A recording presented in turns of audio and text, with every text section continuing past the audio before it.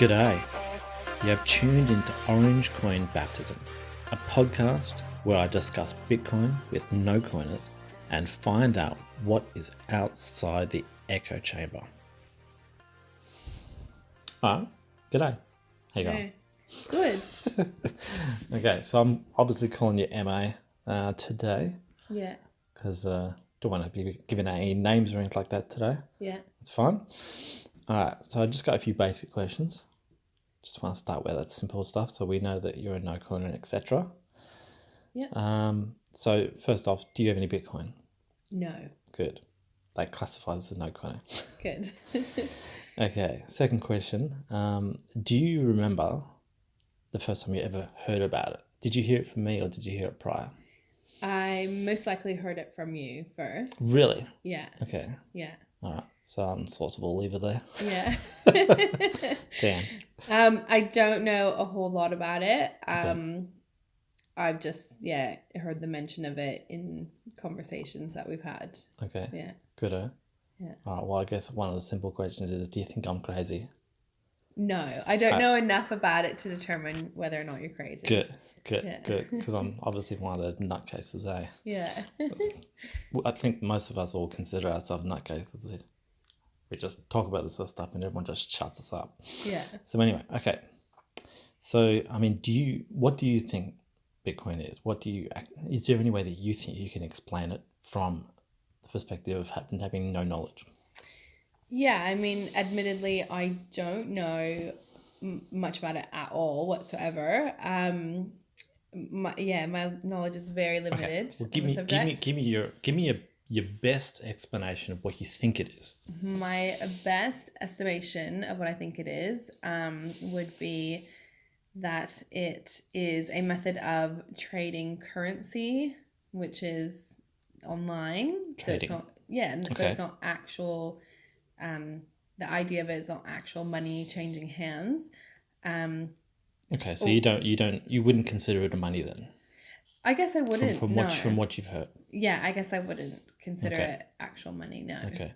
Yeah. All right. I imagine it has some sort of worth, but what that is, I don't understand or know anything about. Yes, and so essentially, if I gave some to you today, you would have no idea as to whether or not you consider it worth anything.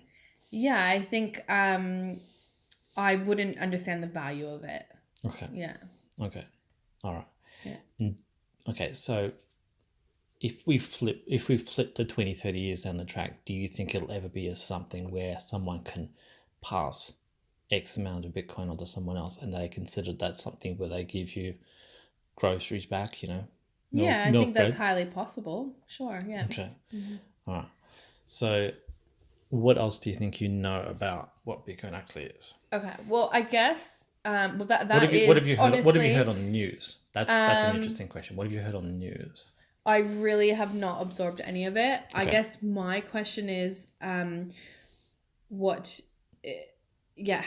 you use it? Like, how is it useful today? Okay. All right. Well, it's obviously in its infancy, so it doesn't get accepted in many places, but to some degree, with certain cards, people can use it, and you don't even know. Okay. There are debit cards out there which do transfer the Bitcoin in the background, and the person at checkout has no clue. Okay, gotcha. So it does sort of exist, but those are sort of like, there's like a party that'll be in control of that, and they'll issue the actual payment itself. Yeah. But people do transact with it. Yeah. I can send mine to you, and you can send it straight back to me, and that way we can actually trade, the actual Bitcoin for the product. I guess the question is, what can you purchase with it currently? Currently? Yeah. Well, in Australia, not much. Yeah. In America and Europe, probably a lot more. Yeah. Because Australia is a bit of a backwards country like that. Yeah. Head in the sand. So are you waiting for Australia to catch up at this stage? Not really, because I look at it in different ways. Mm-hmm. It's not necessarily, most people in the actual Bitcoin space, in like BTC space, don't consider it a full payments network at the moment. Okay. We consider it a store of value. Yeah. Like something like a commodity, like gold. Yeah. So there are other groups out there who like to do with payments, and they push the payment idea pretty hard because it worked quite well as payments a few years Yeah. ago. But it's maturing and it's changing, and it's like the whole image of it is kind of like changing in shape. So it's evolving. it's evolving and it's getting harder, and the payment thing, people are not necessarily spending it quite as quickly as what they used to because of because of other factors. So are people effectively stockpiling their Bitcoin at Yes. this point? Yeah. Like most people are stockpiling, yes. Yeah. And how do you acquire Bitcoin? Well, most people would probably say that you can obviously go to an exchange and go and purchase it, with cash, with whatever dollars or euro or whatever you have. And what sort of like exchange rate does that give you?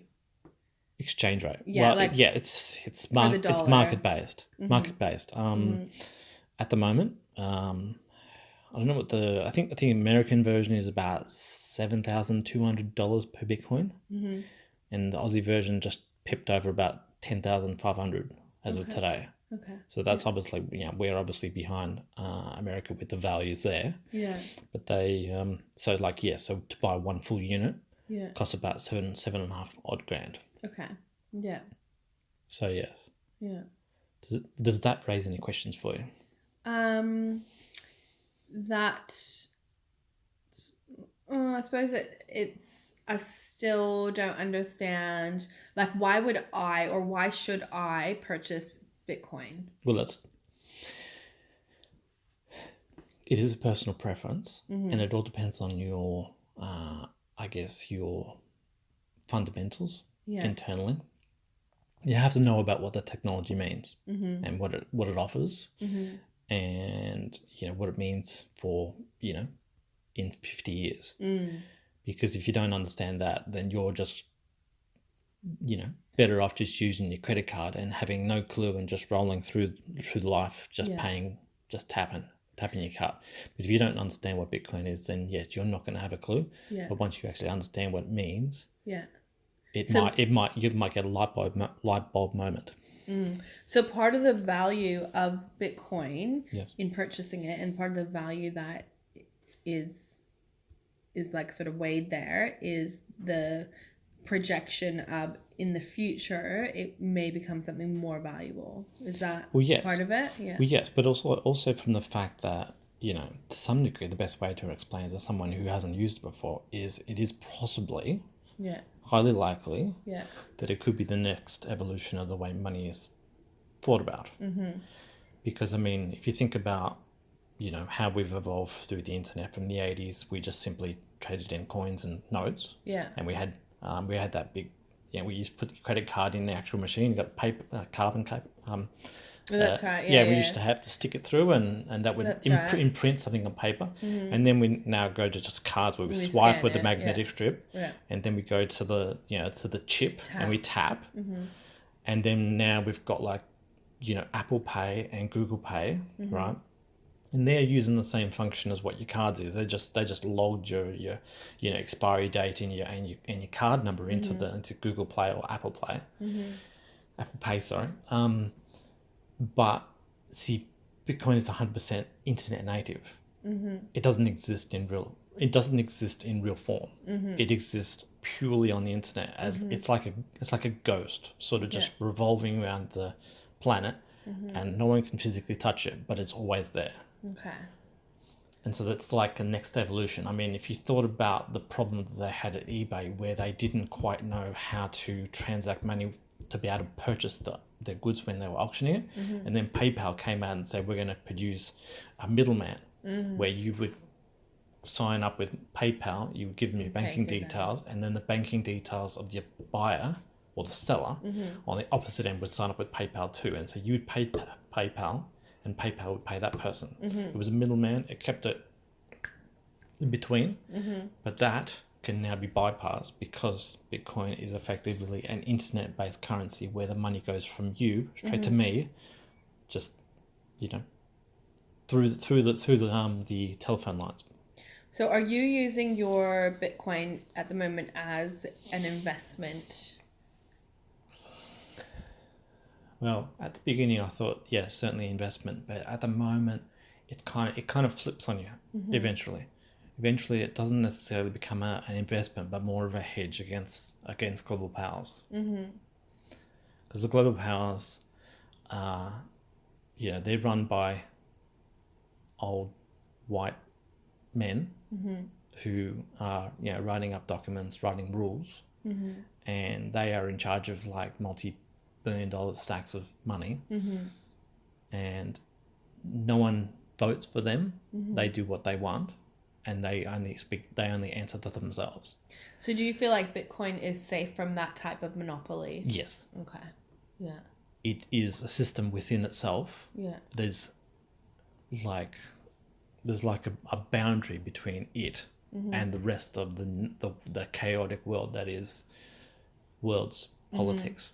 Everyone from people trying to send missiles to people trying to like have trade wars with China, all that sort of stuff is outside of Bitcoin. Bitcoin revolves around it and just cuts straight through it like a butter knife. And how is Bitcoin so elusive to that sort of Elusive? Yeah, to that sort of power. Because, well, think about it like this. Can you turn the internet off today? No. No, you can't. Because every single time you post something, it moves from one server and it probably gets backed up in another server. Once your photo goes online, you just can't take it down. So it's outside of that type of control. It's like beyond your control. Once it's out there in the system. I mean, look, I'll get more to the nitty gritty, but effectively people run a node, which is effectively another way of saying people run a computer with a large hard drive in it. Yeah. And they download all the transactions onto their hard drive, and they just stack all the transactions in their hard drive. So depending if like let's say an EMP ever hit one side of the planet and knocked all the power out of one side, that let's say America and South America all lost all power for like a day. Yeah. Europe would still have all the computers running, right? Yeah. And even if all of them turned off, their hard drives, if anyone had a hard drive which still had the data from the last 10 to 11 years, and maybe they were like a few days out, that they would be able to boot that back up again, and the whole system would just start all over again. Maybe someone might lose a day or two of transactions or something like that, but effectively, you turn all the power off, and it comes back on again. You reboot, bang, you're at it again. The whole network is still alive. So effectively, the data is in every single computer who is downloading it all the time. So if half the network goes down, half the network still has it, can't be stopped. What are your thoughts in terms of, so obviously, I mean, there are some people out there that sort of think in that like doomsday sort of scenario. What if, let's say, there was no power? Yes. What, and that is a possibility, let's say in 40 years time. Like no power for like 2-3 years? I don't know. Well, I somehow think that if we didn't have power for 2 to 3 years, Bitcoin would be sitting in the hard drive waiting for the power to come back on. It would not be running. Yeah. But your FBOS card wouldn't be working. Yeah. And you'd probably be better off in that sort of scenario, maybe having gold and silver. But at the same time, most of the people who have gold and silver have it in a vault. They like trust the people who are holding the gold with all the guards and the X amount of concrete that they're held by. Some people do hold it at home, but that's going to be if there was no power, people would be like zombie apocalypse type stuff, and the people with gold. I don't know whether or not I don't know really whether or not it's a safe thing to actually have. If you had gold and like suddenly everyone went mental, I think you'd be the first person to be killed on the street. Yeah, and perhaps. So I don't think if all the power went down, I don't think anyone would. It would be absolute carnage. Yeah. No doubt about it. Okay. What's your level of like investment and involvement with Bitcoin? Like how what are you doing now? You're just sort of like stocking up on some, or what's your sort of plan? Yeah, well, I'm sort of just sort of like I just sort of purchase a little bit here and there when I've got a little bit of cash handy. So I don't go crazy. I don't go all in or anything like that. Just whatever is spare, I'll go and put it in there Yeah. because possibility of it failing is still likely. Yeah. It's still new. It could expand to be big, or it could still have problems. So I don't go crazy. I still have my certain savings accounts for the rainy days and all that sort of stuff. So Yeah. so I don't go crazy, but yeah, put a percentage in. Yeah. Yeah. And so how do you feel like that will pay off for you in the long run? Like, will you make extra money on what you've purchased, or is it just the fact that you'll be able to trade when it becomes more of a system that you can use? There's two schools of thought here. Two schools of thought.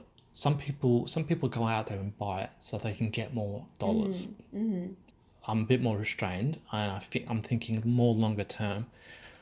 I'm kind of thinking more like this particular meme that goes around where like they have Neo and Morpheus talking to each other, and he said something like, are you telling me that in the future I will be able to go and trade this for more fiat, which fiat being cash? And he said something like, no Neo, when you're ready, you won't have to. So it'll be a time where there is no dollars, there is no euro, there is no peso, and there's no It'll yen. just be an international currency. It will be Bitcoin, Yeah. and everyone will trade in Bitcoin.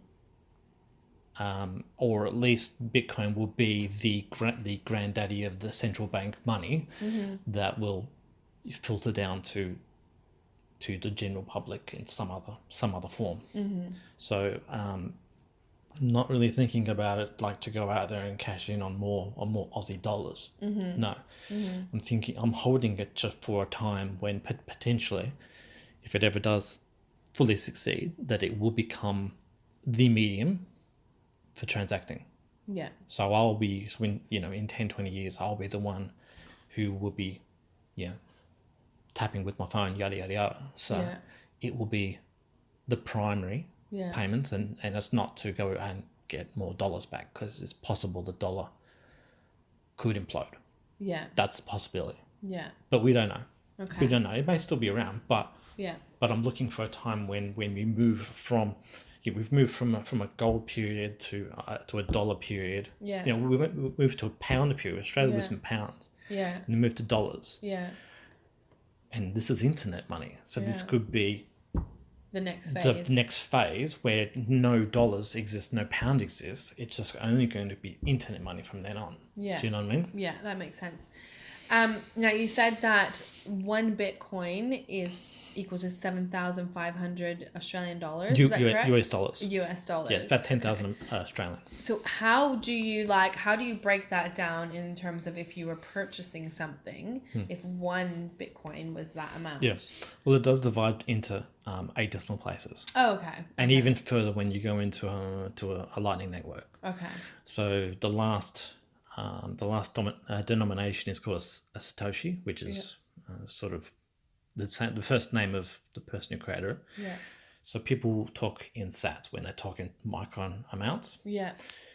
And so that basically means, so I think I went and drew something recently, and for one Aussie dollar, you can go and buy something around the range of, I think it was about, I can't remember if it was like 8,000 sats or something like that. Yeah. So, it could be a possibility that for every dollar I pay, yeah, I can go and get 8,000 sats, and then at some point in time, that 8,000 sats may, who knows, if it ever becomes, 1 cent per sat, I've effectively got like $80 or $800 or something like that. Yeah. Do you understand what I mean? So yeah. So you can still buy a dollar. Okay. You can buy a dollar today. Yeah. You don't have to pay $8,000. Okay. Now I have a question. You said that in different countries there's different value amounts for a Bitcoin. Yeah, well, I mean, the Bitcoin price is generally priced against the US dollar, and then every other currency is priced against the US dollar. Yeah. So if like the Thai baht is pegged. It is like ratioed sort of against the price of the US dollar, and then that draws up to what the Bitcoin price is. Okay. Yeah. So one Bitcoin costs like I don't actually know what the ratio is, but let's say it's like 100,000 baht or something like that. Yeah. That would be what it would be like, because it would just go from baht to Aussie to American dollars to Bitcoin, and that would be how you would convert it. Okay, I gotcha. Yeah. Same thing with the Aussie dollar, strangely enough. Yeah. Most of the time when you purchase it with Australian dollars, it's sort of like it's observing what the American dollar is doing. Yeah. But at the same time, most of the exchanges here, people buy and sell in Australian dollars, so we're actually like buying it in our own native currency anyway. So we're not doing we're not making a mess of having to go through three currencies all at once every trade. So Yeah. Yeah. Yeah. at least that's what I believe. That's what it looks like to me. Okay. So it looks like when we're paying a fellow Australian, we are paying in Aussie dollars and not in American dollars. Yeah. Okay. No, that makes sense. With that though, would Bitcoin still be subject to the economy of the country that you're in if you're purchasing it through your country? Does that make sense? No. Because it lays the value of what it is depending on your the exchange rate. So then would that then be subject to the economy? Does that make sense? I think so. I'm not too sure. Look, if the price dropped yesterday, Yeah. it tanked hard. Yeah. And then it that? rebounded really hard as well. Yeah. Yeah. So it went down from about 10,500 Aussie dollars all the way down to about $9,800, and then it bounced back up to $10,600. So for us trading, yes, we were buying and selling at whatever rate it was set by. Yeah. But of course, it was generally all the people on the Aussie exchanges buying and selling at certain prices, but it's kind of regulated as one big sort of like all I don't know how to explain. I don't quite know how it works. I've asked once before and it was really complicated. But essentially all exchanges are all sort of semi-looking at each other, and they're all, I believe, like might be regulated by some of the bots. They'd sort of make the trading exchanges at certain times, and they sort of, I don't know.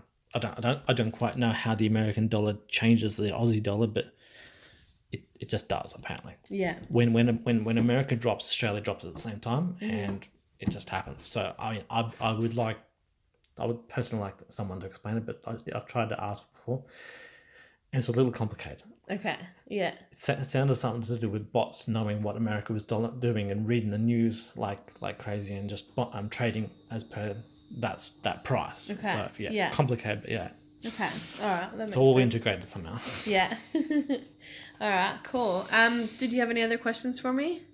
From what you've heard, do you think that it is something that you believe could be the future? I think it's something that I'll probably keep more of an eye on and sort of see where it's heading. It's definitely, something I'd be interested to find out a bit more about. Okay, so there's a lot of blokes in the Bitcoin space right now. Yeah. So there's probably about 9 blokes to about 1 woman. Okay. So the ratio is heavily tilted towards men right now. Yeah. And so that might be something to do with the fact that to some degree some of the blokes are just risk taking. They're out there for a bit of a gamble, a bit of a flutter, and possibly also because there's a lot of blokes out there who are doing like computer science and stuff like that, programming, all that sort of stuff. Even, not to say that women aren't doing that sort of stuff as well, but it's pretty heavy in sort of just blokes doing that sort of stuff. And so from a female perspective, does this actually interest you? I think like my nature is not to take risks, so and that's just because that's my personality type. But look, I'd be interested to sort of keep an eye on it and see where it goes and what how it develops, how it evolves.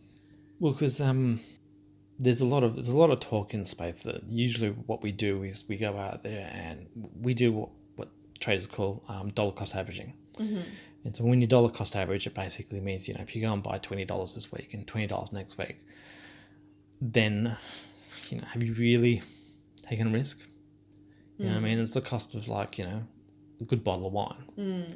So it's a little bit of skin off your pay, but you know, yes, eventually you'll end up, you know, obviously with like maybe $1,000 pot or something like that in your wallet. Yeah.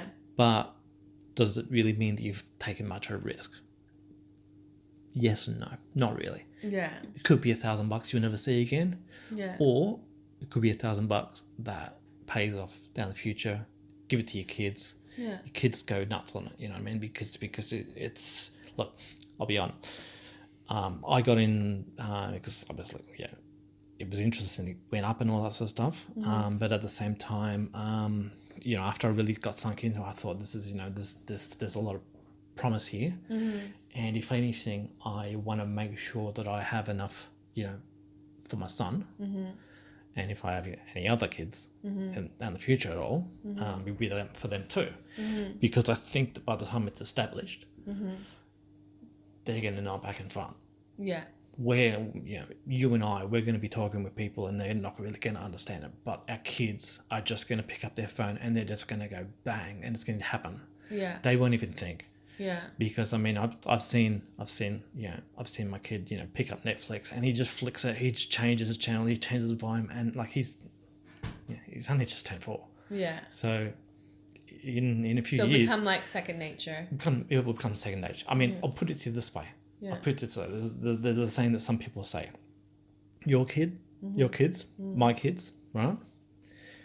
They are born in a time period where Bitcoin has existed from scratch. Yeah. So it happened in, it started the actual blockchain in 2009. And so your kids and my kid, they are already in a Bitcoin era.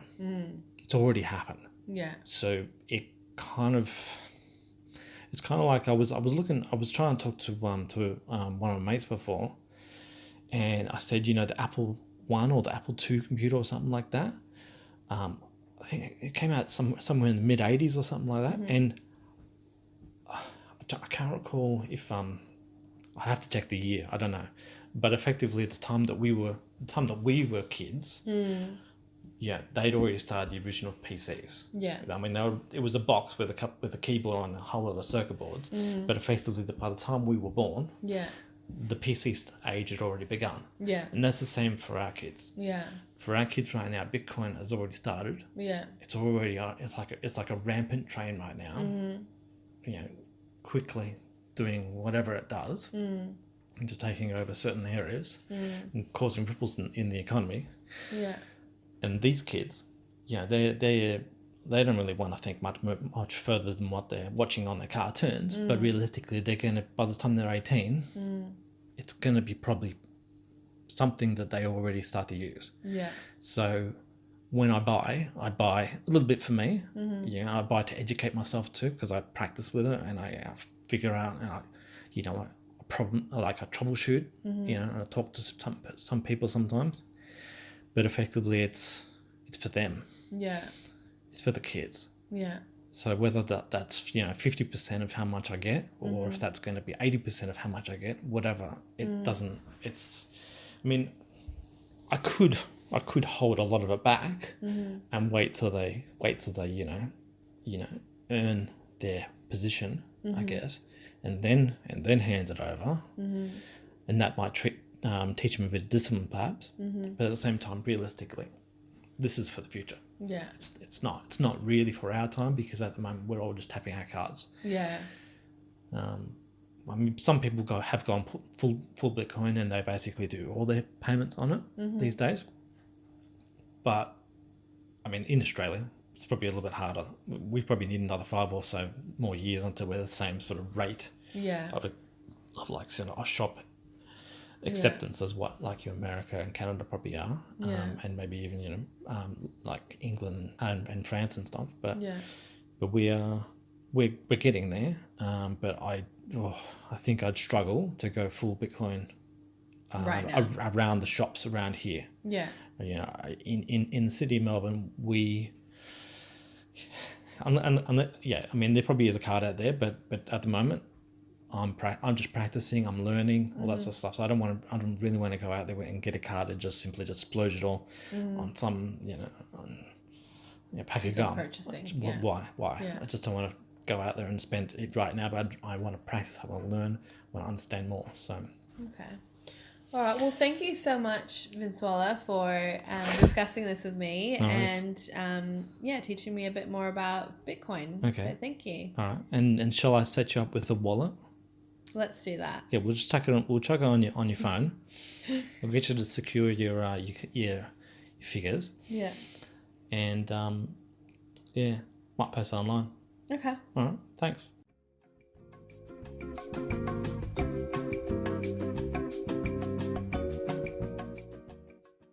So, okay, I just set you up with a small wallet and sent a small amount of Bitcoin through to you. What did you think of that experience?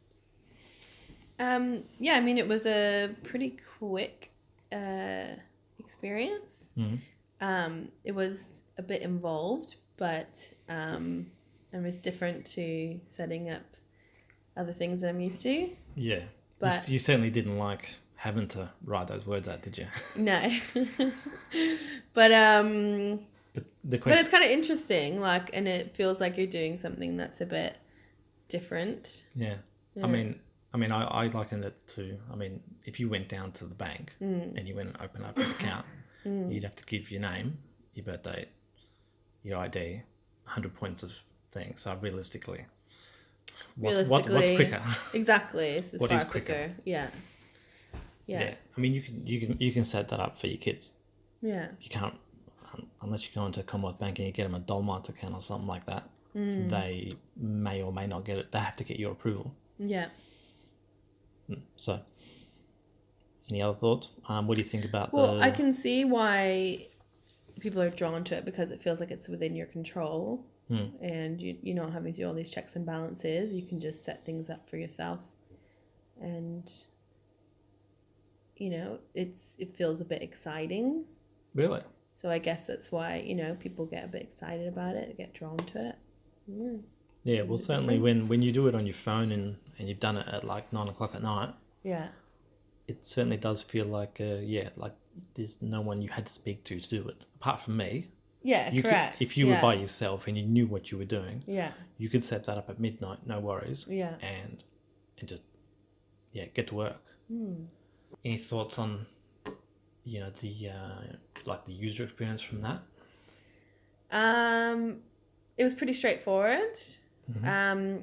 I think the only aspect that is a little bit of a worry, as you said before, there's no sort of agency backup, as in it sort of is it's the responsibility is all on you. So if you lose your codes or whatever, then you're kind of in a bit of a pickle. Yeah.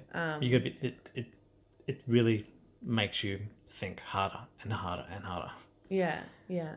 Because you got to start to control it. You got to go out and back up this sort of stuff. Yeah, exactly. Okay, no worries. Well, thanks for doing that. Hopefully, you can have a look at it. Obviously, later once it's confirmed on the chain. Now I will set up your alternate address. So that if anyone ever wants to go and send you a little tip, for this interview, then they can send it to you. That'd be good. All right, thanks a lot. All right, I finished the editing, and my final thoughts are it was harder than I thought. I don't really know whether or not it's going to be any good or not, and I'll be curious to see what everyone thinks. It's really only a test pilot to some degree, but let me know what you think. Of course, none of it's investment advice. It's just me, talking to someone I know about coins and stuff like that. And I think that on the next time I gotta be more careful about the way I breathe into the microphone, and also let other people speak too. So we'll see. If I do another one, I'll try to improve. Thanks.